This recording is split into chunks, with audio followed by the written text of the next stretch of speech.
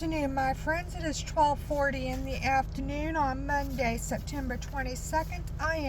My name is Melissa from Melissa's Struggling Walk with Jesus. I'm sharing the Voice of the Martyrs Extreme Devotion with you, and we're on day 54.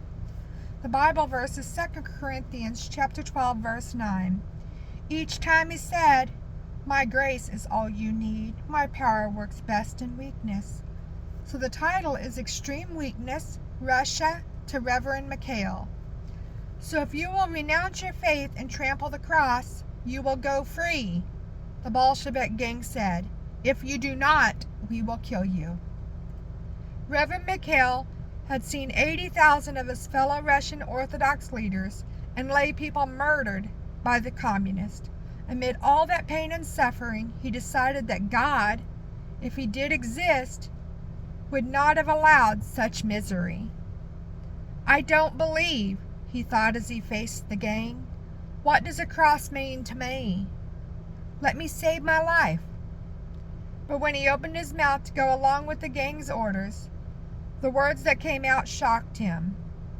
I only believe in one God. I will not trample on the cross.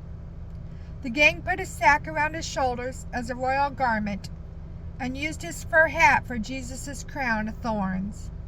One of them, a former member of Mikhail's church, knelt before him saying, "Hail, King of the Jews."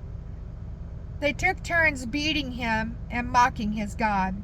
Silently, the Reverend prayed, "If you exist, please save my life."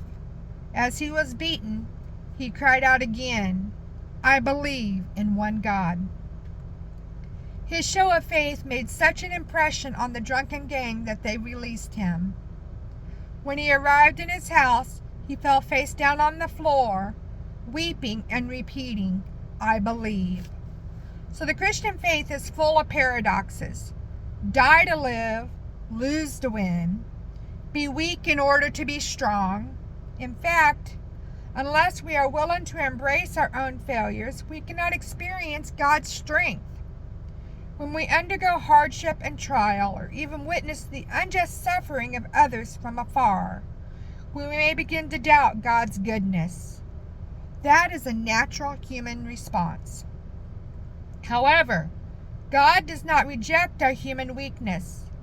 He restores our weakness with His strength.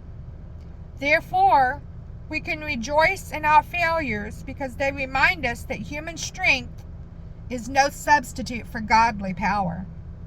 We may fail, but our God remains strong. So what are you learning about your own weakness? What does that teach you about God's strength?